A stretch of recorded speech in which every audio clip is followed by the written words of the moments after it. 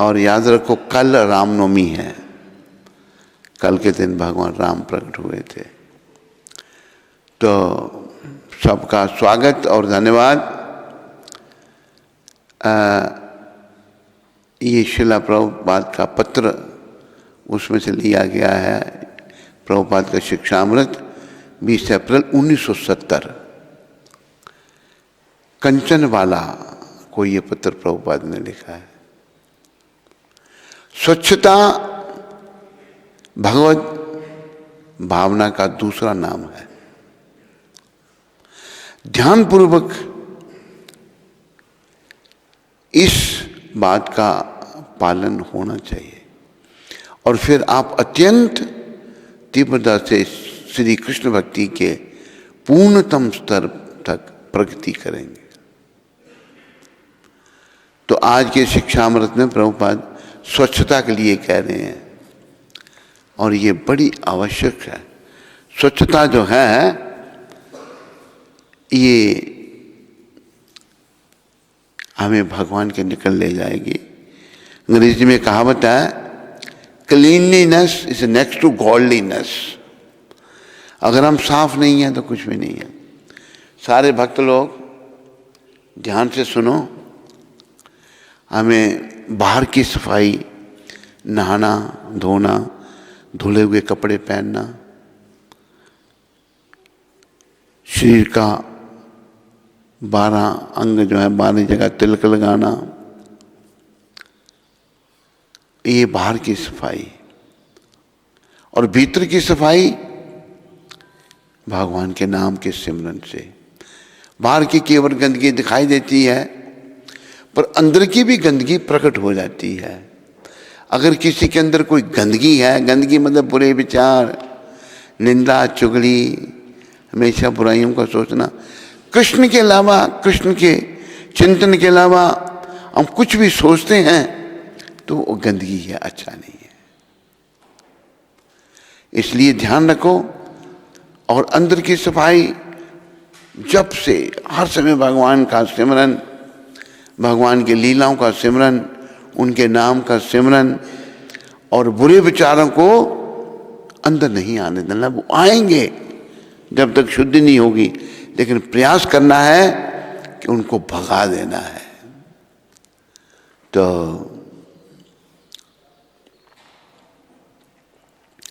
सफाई, एक उर्दू में एक शब्द है, सफाई से इंसान इंसान है, गलीज और गंदा तो हैवान है।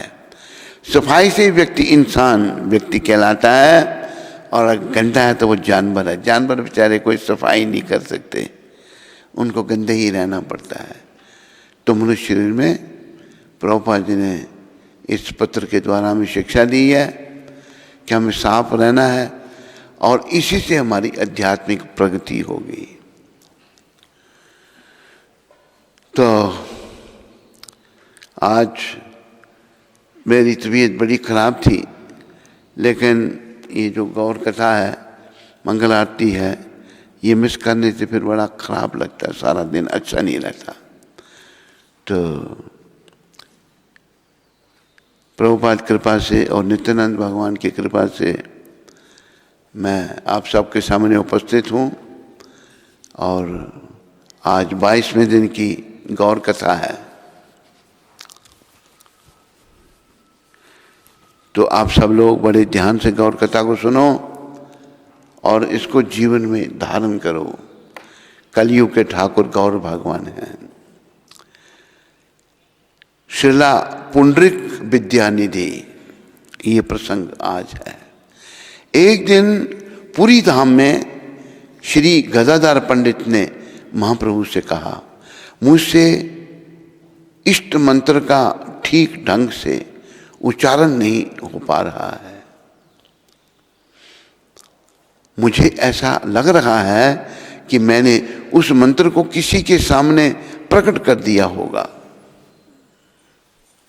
महाप्रभु ने कहा, तुम्हारे गुरु विद्यानिधि शीघ्र ही यहां आएंगे। तुम इस संबंध में उस समय उनके साथ परामर्श कर सकोगे। श्री श्री पुंडरीक विद्यानिधि कौन है? विद्यानिधि महाशय प्रेम निधि अथवा आचार्य निधि नाम से भी परिचित थे। श्रीमंत कवि कर्णपुर उन्हें वृषभानु राजा कहा करते थे। विद्यानिधि जो है वृषभानु तयाख्यात पुरा या ब्रिज मंडले आधुना पुंडरीकाओं विद्यानिधि महाशय गौर गणोदेश दीपिका में कहा गया है। पूर्व में ब्रिज मंडल में जो वृषभानु राजा थे वो पुंडरीक विद्यानिधि हैं। अब वे ही श्री पुंडरीक काक्ष विद्यानिधि महाशय हैं। वे माधवेंद्रपुरी के शिष्य थे। उनके पिता का नाम वानेश्वर, मातंत्र में शुक्लाम्बर, मतांतर में शुक्लाम्बर, ब्रह्मचारी एवं माता का नाम गंगा देवी था। उनकी पत्नी का नाम रत्नावती था। उनके पिता वारेंद्र श्रेणी के ब्राह्मण थे। चटगांव शहर के 6 कोस उत्तर में हाट जारी थाना से 1 कोस पूर्व मेखला गांव में उनका श्रीपाठ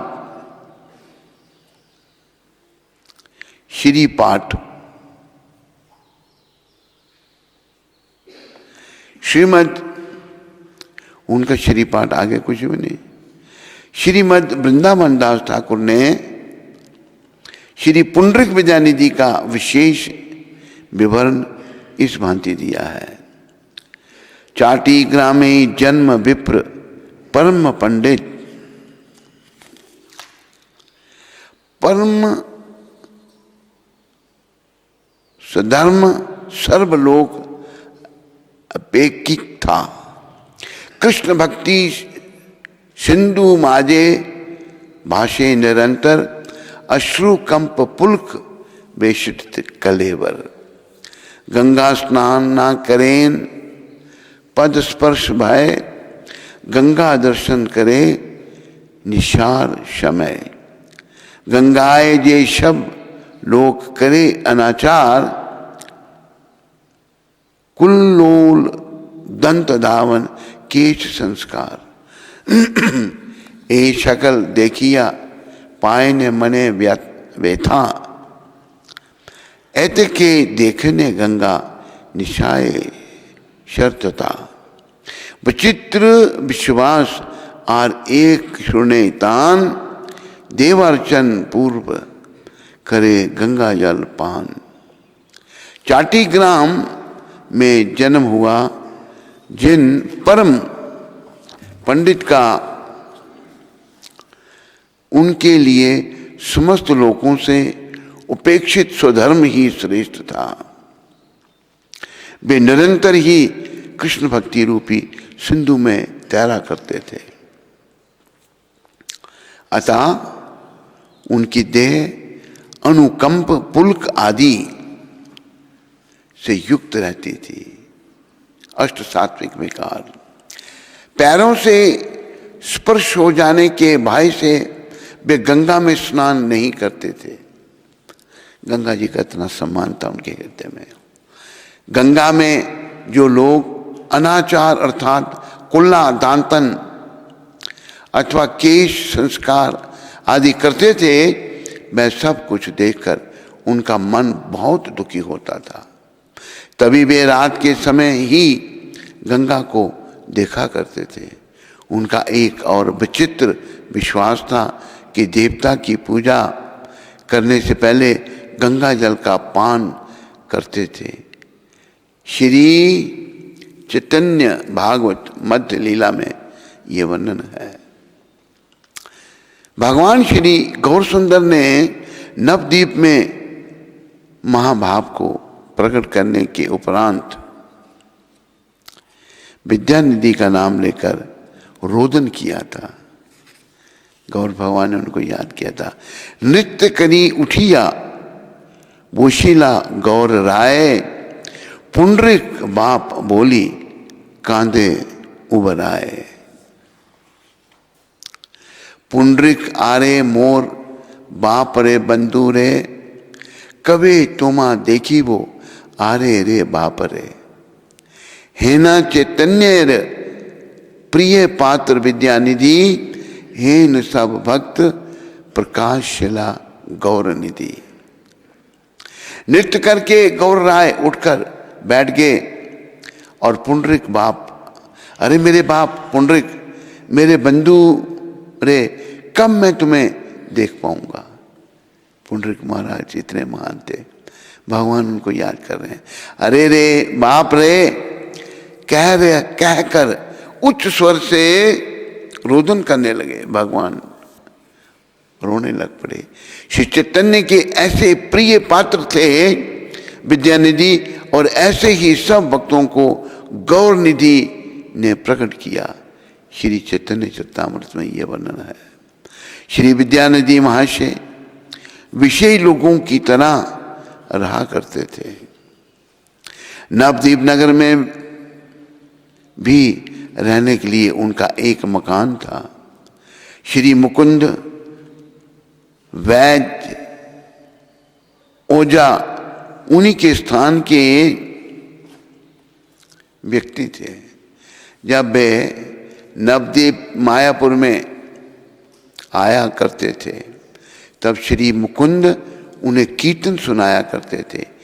एक बार श्री मुकुंद गदाधर पंडित को साथ लेकर पुंडरिक विद्यानिधि के घर पर आए। गदाधर पंडित ने विद्यानिधि को प्रणाम किया। विद्यानिधि महाशय ने उन्हें आसन ग्रहण करने को कहा। विद्यानिधि महाशय ने मुकुंद के मुंह से गदाधर पंडित का परिचय सुना। श्री गदाधर पंडित ने देखा कि विद्यानिधि महाशय बाहर से राजपुत्र के समान थे। उनका पलंग मूल्यवान था। उस पर बहुमूल्य बिस्तर और रेशमी तकिए थे। ऊपर सुंदर चंदोबा था। किनारे पर पानी की सुराही और पान से सज्जित पीतल का पानदान, पीकदान के सामने विशाल दर्पण, उनके दोनों तरफ दो नौकर मयूर पंख का पंखा लेकर हवा कर रहे थे। उनके ललाट पर चंदन का ऊर्ध्व पुंड्र और उसके मध्य में लाल बिंदु शोभित हो रहा था। ये सब कुछ देखकर गदाधर पंडित के मन में संशय उत्पन्न हुआ। वे मन ही मन कहने लगे, भालो तो वैष्णव शव विषय भेष, दिव्य भोग दिव्य बाश दिव्य गंध केश, सुनिया तो भालो भक्ति आछिलो यहाने, आछिलो ये भक्ति शेख गेलो दर्शन है। यह तो अच्छे वैष्णव हैं जिनकी सारी ही विषयी व्यक्ति की वेशभूषा है। इनका सुंदर भोग विलास, सुंदर कपड़े, सुंदर गंध तथा केश है। सुनने में तो ये आया था कि इनकी खूब भक्ति है, पर इनके लिए मन में जो भी भक्ति थी वह तो इनके दर्शन करते ही ऊब गई। गदाधर पंडित बचपन से ही वैरागी थे। श्री मुकुंद समझ गए कि गदाधर के मन में कोई संशय आ गया है। तब मुकुंद ने भागवत का एक श्लोक सस्वर गाना शुरू कर दिया, जिससे विद्यानिधि का स्वरूप प्रकट हो गया। श्लोक क्या है?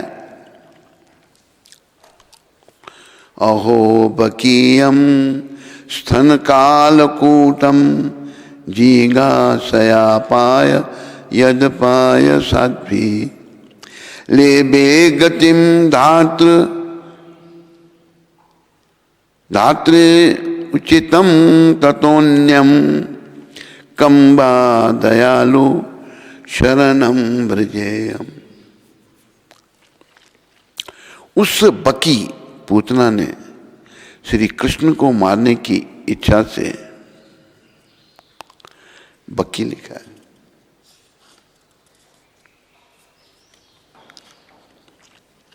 मारने की इच्छा से स्तन पर कालकूट का लेपन कर उनको पिला दिया। तब भी उस दात्री को मिलने वाली परम गति की ही प्राप्त हुई। उन दयालु श्री कृष्ण के अतिरिक्त अन्य किन दयावान की शरण ग्रहण करूं? भागवत तीसरा स्कंद दूसरा अध्याय 23वां श्लोक। पूतना लोक बालग्नि राक्षसी हृदयराशना जिगासया यापी हरहे स्तनम गत्वा अपसद गतिम। लोगों के बालकों को विनष्ट करने वाली, रक्तपान करने वाली पूतना राक्षसी थी। मारने की इच्छा से ही उसने भगवान हरि को स्तनपान करवाया, तब भी साधु पुरुषों की गति को ही प्राप्त किया। भागवत दसम स्कंद छठा अध्याय 35वां श्लोक। भक्ति योग के उक्त वर्णन को सुनकर विद्यानिधि महाशय प्रेम में पागल तुल्य होकर क्रंदन करने लगे।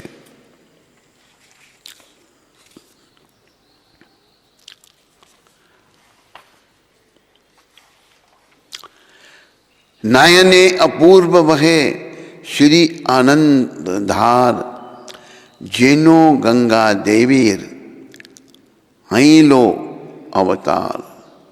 अश्रु कंप शेद मूर्छा पुलक हुंकार एक काले हेलो शवार अवतार। बोल बोल बली महा लागी लो गर्जिते स्थिर हंते ना पारीला पड़ीला भूमि ते। उनकी आंखों से अनोखी आंसुओं की धारा बहने लगी। ऐसा लग रहा था मानो गंगा देवी का ही अवतार हुआ हो। एक साथ ही अश्रु कंप स्वेद मूर्छा पुलक और हुंकार सभी का आविर्भाव हो गया। बोलो बोलो कहकर उन्होंने महान गर्जना की। वे स्थिर नहीं रह सके, तभी धरातल पर गिर पड़े। श्री चैतन्य भागवत में ये वर्णन है।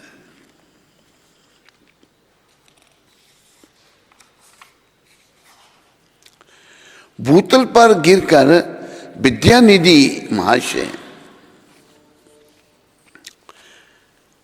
ऊंची आवाज में रोदन करते करते कहने लगे, मेरे प्राणों के ठाकुर कहाँ चले गए हैं? श्री कृष्ण कहाँ हैं? हाय हाय, मैं तो ठगा गया। उनकी आंखों की आंसुओं से धरती गीली होने लगी।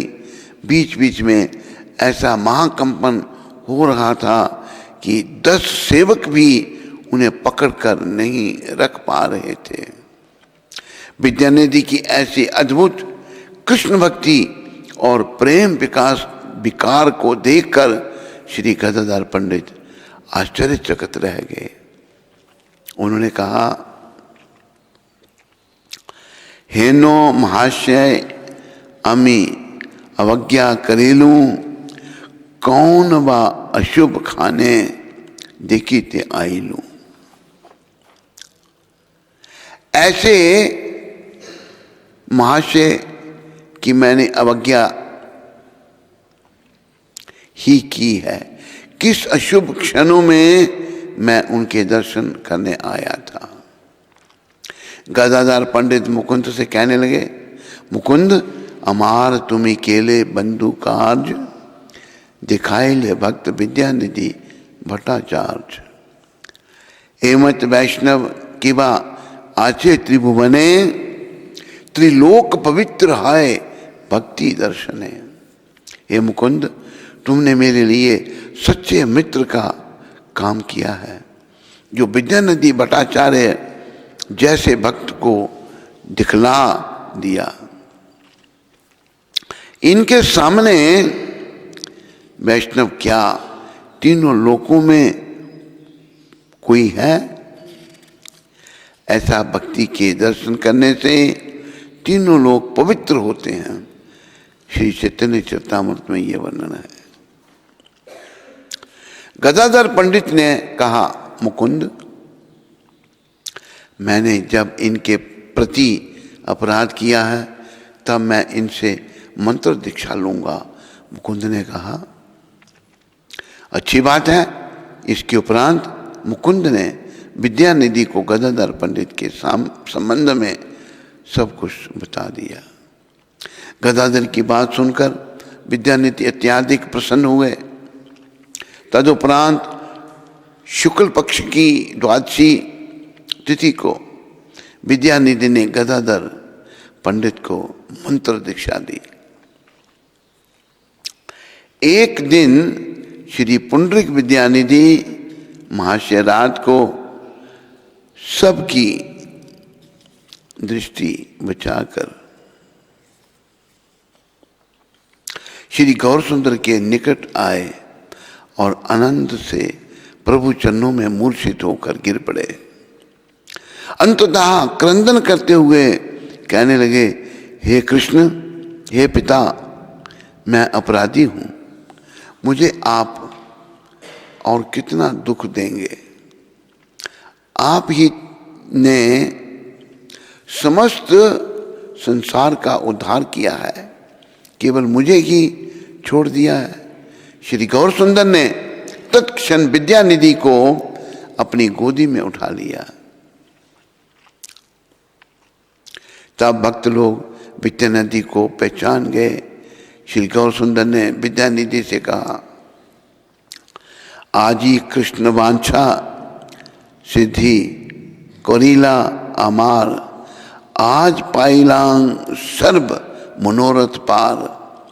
निद्रा हाइते आजी उठिलाम शुभ खने, देखिलाम प्रेम निधि सुखाद नयने। आज श्री कृष्ण भगवान ने मेरी इच्छा पूर्ण कर दी है। आज मुझे मनोरथ का पार मिल गया। निद्रा से मैं आज शुभ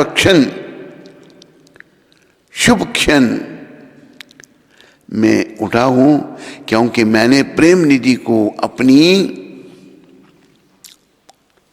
आंखों के सामने देखा है। ये चैतन्य चरितामृत में वर्णन है। भक्त लोग आनंद पूर्वक हरि हरि की ध्वनि करने लगे।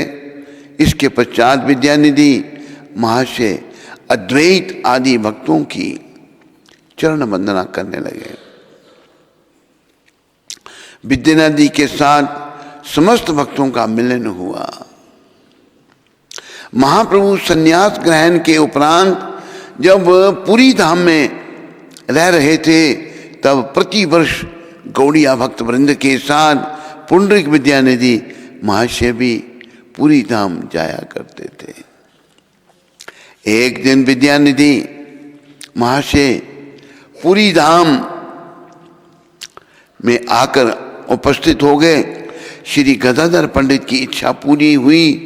उन्हें पाकर भक्तों के आनंद की कोई सीमा ही नहीं रही। पुंडरीक विद्यानिधि ने गदाधर पंडित को दोबारा दीक्षित किया। विद्यानिधि महाशय के रहने का स्थान समुद्र के किनारे यमेश्वर में निश्चित हुआ। वे स्वरूप दामोदर प्रभु के अत्याधिक प्रिय मित्र थे। वे दोनों ही सर्वदा इष्ट गोष्ठी किया करते थे और जगन्नाथ दर्शन करते थे।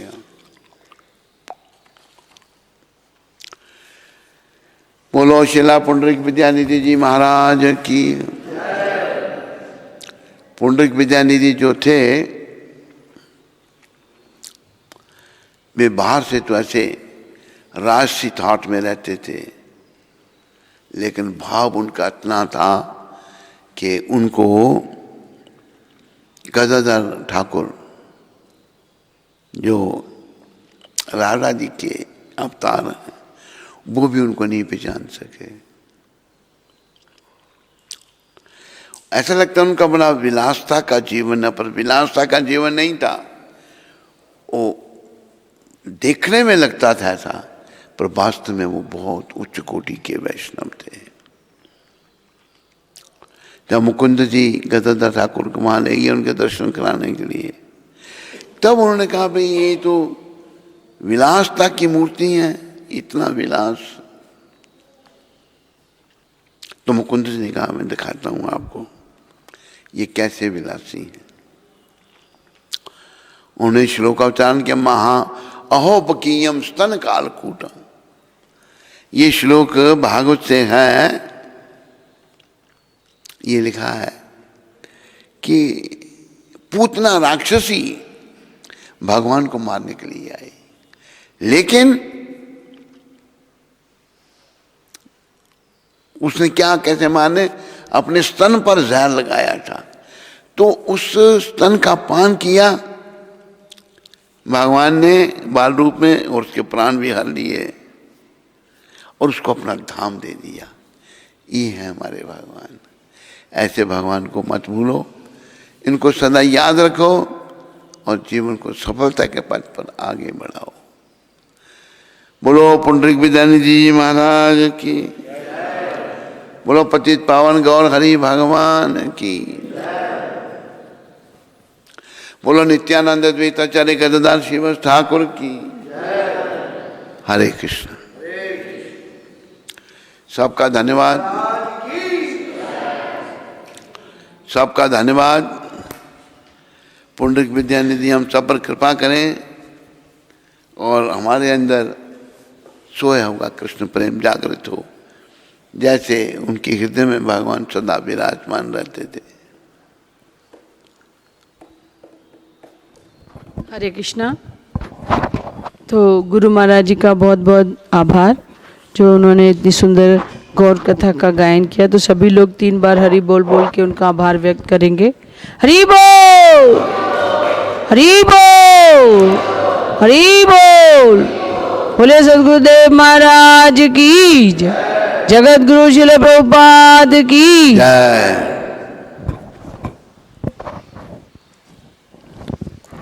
तो आज यूएसए से मनीष रावल जी जिन्होंने आज प्रसादम का आयोजन किया है, तो उनका और उनके परिवार का श्रील प्रभुपाद आश्रम उधमपुर के सभी भक्तों की ओर से बहुत बहुत धन्यवाद। हरि बोल। दुबई से दीपेंद्र कुशवाहा जी ने सेवा भेजी है, तो उनका और उनके परिवार का श्रील प्रभुपाद आश्रम उधमपुर के सभी भक्तों की ओर से बहुत बहुत धन्यवाद। हरि बोल। श्रीमन मंगलाचरण जी ने भी अपनी सेवा भेजी है ठाकुर जी के लिए, तो उनका और उनके परिवार का श्रील प्रभुपाद आश्रम उधमपुर के सभी भक्तों की ओर से बहुत बहुत धन्यवाद। हरि बोल। बोले सद्गुरुदेव महाराज की जय, जगत गुरु श्रील प्रभुपाद की जय। स्कंद पुराण में तुलसी देवी की प्रशंसा इस प्रकार की गई है। मैं तुलसी देवी को नमस्कार करना चाहता हूँ क्योंकि ये पाप कर्मों को समूह को तुरंत नष्ट कर देती हैं। इनके स्पर्श अथवा दर्शन मात्र से मनुष्य सारे क्लेशों तथा रोगों से विमुक्त हो सकता है। इनको नमस्कार करने तथा इन पर जल डालने मात्र से मनुष्य यमराज के दरबार में भेजे जाने के भय से मुक्त हो जाता है। जो व्यक्ति कहीं भी तुलसी देवी को उगाता है वह निश्चय ही भगवान श्री कृष्ण का भक्त बनता है।